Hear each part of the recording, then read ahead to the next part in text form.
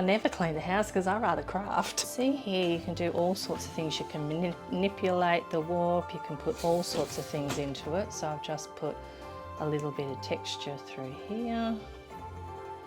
And then I might put another little bit of texture. Oops.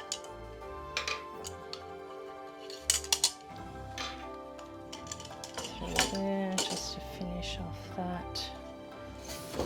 Do one more and then I'll lock it in with the plain, and then you can see how that looks. I was very fortunate as a child that my mother was very into crafts, part of the CWA, and every opportunity she would take me off to learn different things about textiles.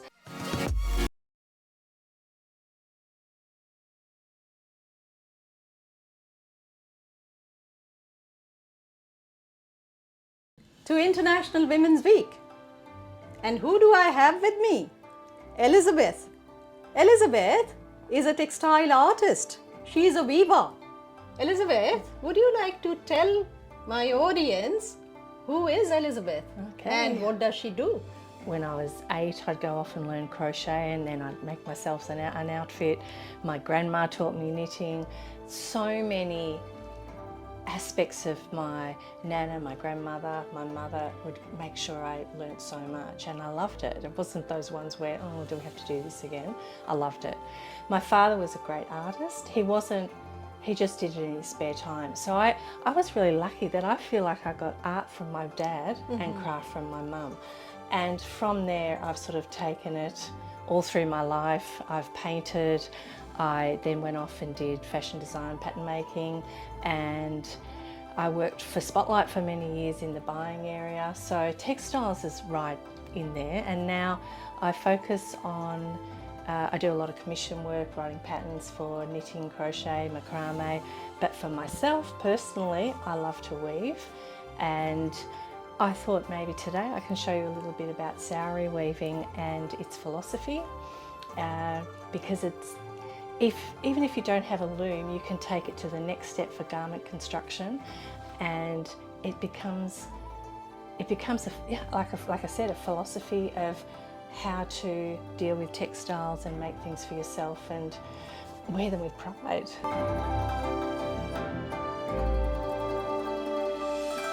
Most of my followers and subscribers would be very interested in sari weaving. Yes. So what's the philosophy that you were talking about? Well, the philosophy is I think when most people think about weaving, they think of these big, massive 4-shaft looms or 8-shaft or even 16 with different patterns, and people are laboriously sitting on the looms, running the threads backwards and forwards and pressing different buttons, or sometimes it has the pattern built into it. Sure. This one, 2 shafts, simple, and anything goes. You can put all sorts of yarn into there, and Saori, it's constantly evolving, where it's created a loom that is ergonomic as well, and they provide 30 metres of pre-made warp. Yep. In black that you can just buy. You can make your own, which is something I'll demonstrate after, but you can have just a plain black and it just blends away into the background, and then you can put any size yarn in. You can just put rovings and tufts of wool and ripped up fabric, and it just creates this marvellous texture. And because I also paint, I like to call it painting with yarn.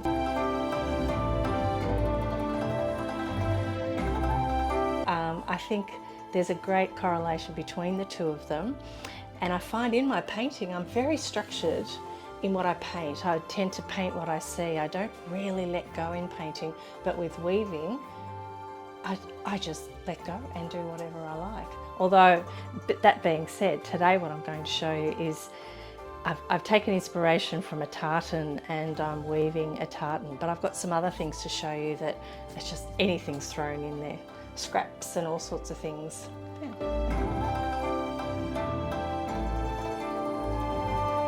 I must mention, Elizabeth is originally a McIntyre.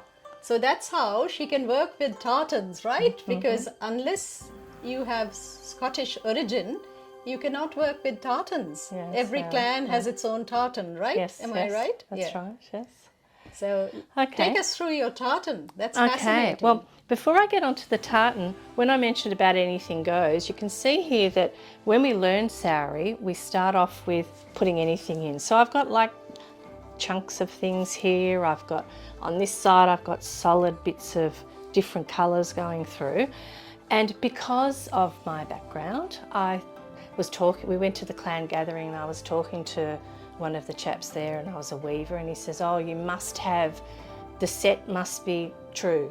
You must have this many of this colour and this of that. And I thought, I don't want to be bound necessarily by too much tradition. What can I do to change it? So I then made sure that I made a warp that had all the right amount colours, all the right colours, the right thread in the right order. But the colours vary a little bit and the texture varies a little bit. So then I was able to introduce different textures into the, so it's a true pattern of the right set, but we've got different colours going through there. So it gives you then a textured tartan. So it's almost like, you know, Saori's the Japanese brand, and it's a bit of East meets West, I like to think. So I really enjoyed doing this. So I've embarked on another one to make a different tartan. So is this your family or clan tartan? This is my clan. This is your clan tartan. Yes. Yeah. Okay, so because I enjoyed making the McIntyre Tartan so much, I decided that I'd do something a little bit different. And I got some inspiration off the internet for a tartan using neutral fabrics, neutral colours. And we've just got a plain cream, we've got a grey, and then we have this beige colour. And I felt that the softness of it really complemented it well. And I thought it would be a great outfit to make for summer or spring. And again, I'm going to Cyprus in the spring, so I thought it'd be perfect for that. However, I wanted to introduce the Saori into it. So I've got different textures, different tones of grey, and then it's just, I made the warp, and then it's just a matter of going for it. Now, because I'm using different textures, and this one's not bound so much by tradition, I just roughly look at it by my eye to see how big each check will go, because I wanted to be a little bit more freer in what I was creating in this one. Oops, that was a bit short, but you can see here you can do all sorts of things. You can manipulate the warp, you can put all sorts of things into it. So I've just put a little bit of texture through here, and then I might put another little bit of texture. Oops.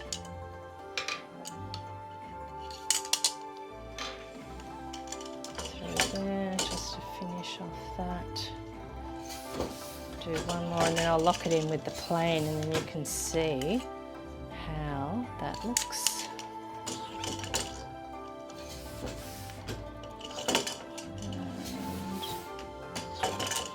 That looks about right. So I'm just roughly working out the difference. I might put another row here.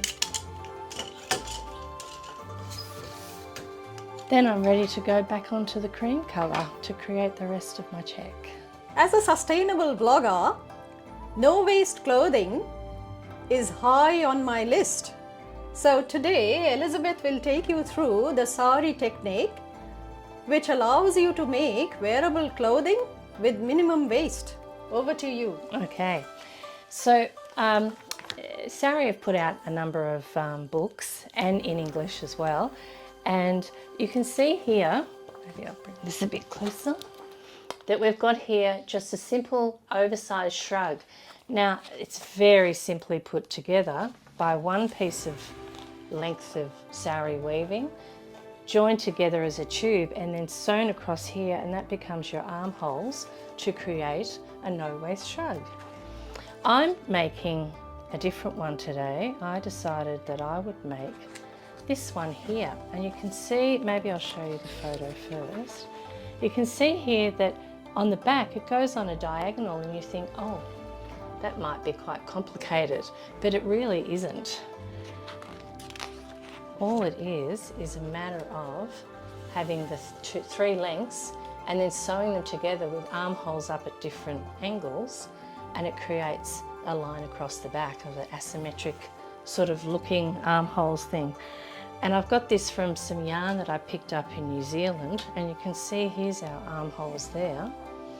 And then when it goes on, you can see it brings across the diagonal across the back, and it's so simple. It's just 3 lengths sewn together with your armholes at different heights, and then you have a talking piece vest.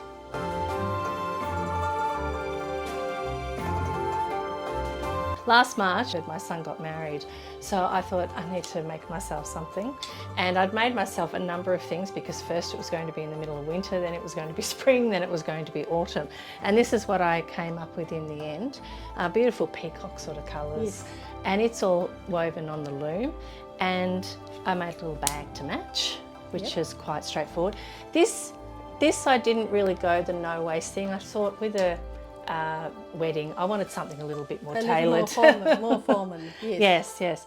But I really, one of the things I wanted to point out to you is that when you're only weaving with a narrow piece of cloth here, and you're a large lady, you need to put 2 pieces together, and you don't need to worry about matching, because this seam down the middle, while it doesn't match, because the whole thing is just like a creation, an explosion of colours and textures, that becomes then a design feature as well. Absolutely. We are not making men's shirts here, that No, everything has to everything has to match. That's right. Yeah.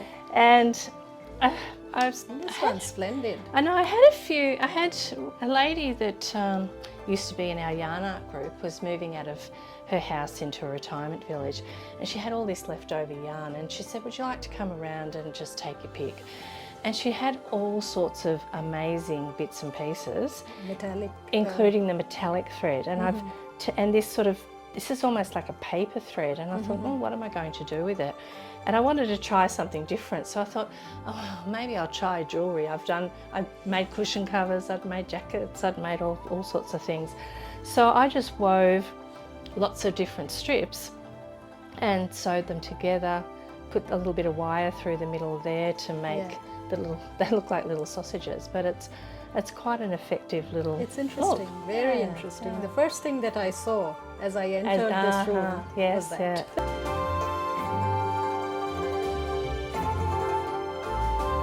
A lot of people make wall hangings with Saori, but I wanted to create something a bit different.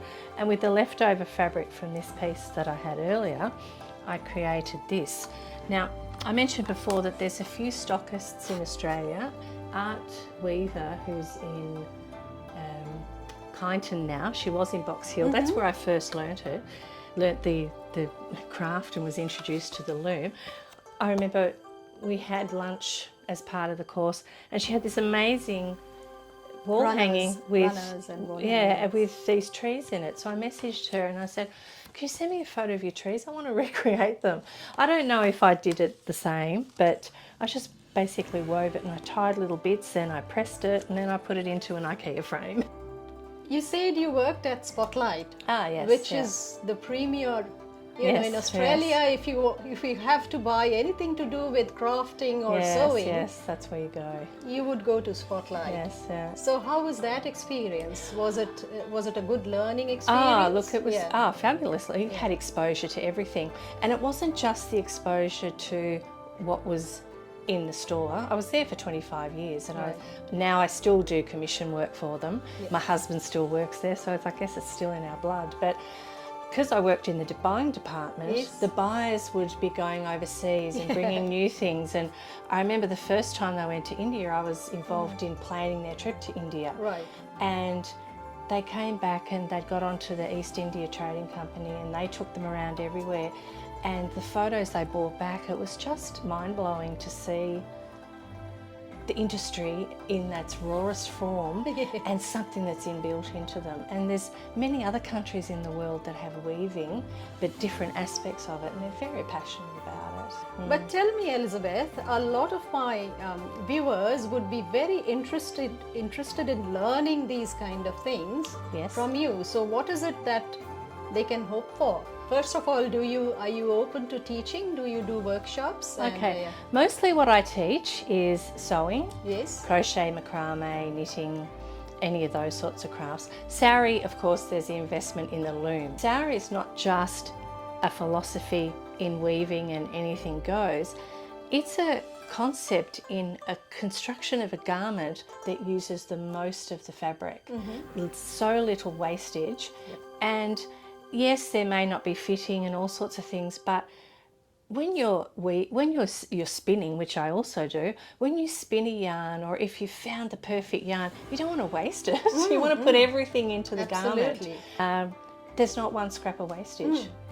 You make narrower panels though, and you don't have to worry about matching. Sometimes you run it on an angle, sometimes you weave the armholes into it, or different aspects like a scarf. You could put a hole to thread the scarf through. We've all seen those into the shop. And in relation to if you wanted to learn, my enabler for Saori weaving is Prue from Dying to Weave, and she's up in Clunes. So if you Google her name, you can find out she runs lots of workshops. She's at lots of shows. The Lost Trades Fair is a great show to have an introduction to it. We've got this amazing circle of weavers that have one by one bought them, and they've all gone off on their little trip and using different yarns, creating different things, and we're all so inspired by each other, and then we just keep creating and keep making things, and it's wonderful to go out there wearing something that you've worn. You've made it yourself. Are you still doing commissioned work in dressmaking? Yes, I do that. Mostly I have so much on, but I also do a lot of alterations as well. But yes, I do them. At the moment I'm flat out with commission work up until I'm going over to Cyprus, another place that does a different aspect of weaving again. I've already got enough to go through, but then again when winter comes, then I'll be looking for different ways to, and one of my passions is that I want to pass on some of the skills that I've learned, especially younger people, because there seems to be a missing generation of passing from one generation to the next, and some of the mums in between saying, oh, I remember my granny doing it. My nanny did that. And they feel that, they don't have time, but they'll send their kids off. And I've worked with Chelsea Primary School when we had the Yarn Art Trail, which is art made with yarn and different textiles. And I'd go into the art room and we'd just teach the kids and do things, and we'd have a lunchtime art workshop where we'd teach them knitting or crochet or something, and they love it, they lap it up, and I'd love to think it's making a comeback. I just hope people find the time to keep it going.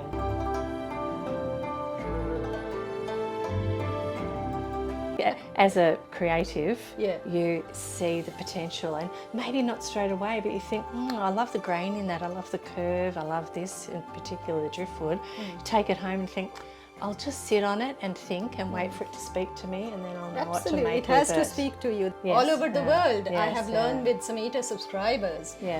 If some of them want to get in touch with you, how would they do that? Probably best by email. Only reason, I don't mind giving my mobile number, but that I can come do it after. That can come later. But with Betha, so BETHA @optusnet.com.au. Perfect. I would put that in the description. I'm so thankful to you, Elizabeth, for sharing your vast knowledge with my audience and myself. And as for you, you know what to do. If you want to see more videos like this and meet the likes of Elizabeth, you have to spread the Learn with Samita buzz. Like, comment, share and subscribe. Stay tuned. More videos like this coming your way. Bye for now. Samita signing off. Till next time.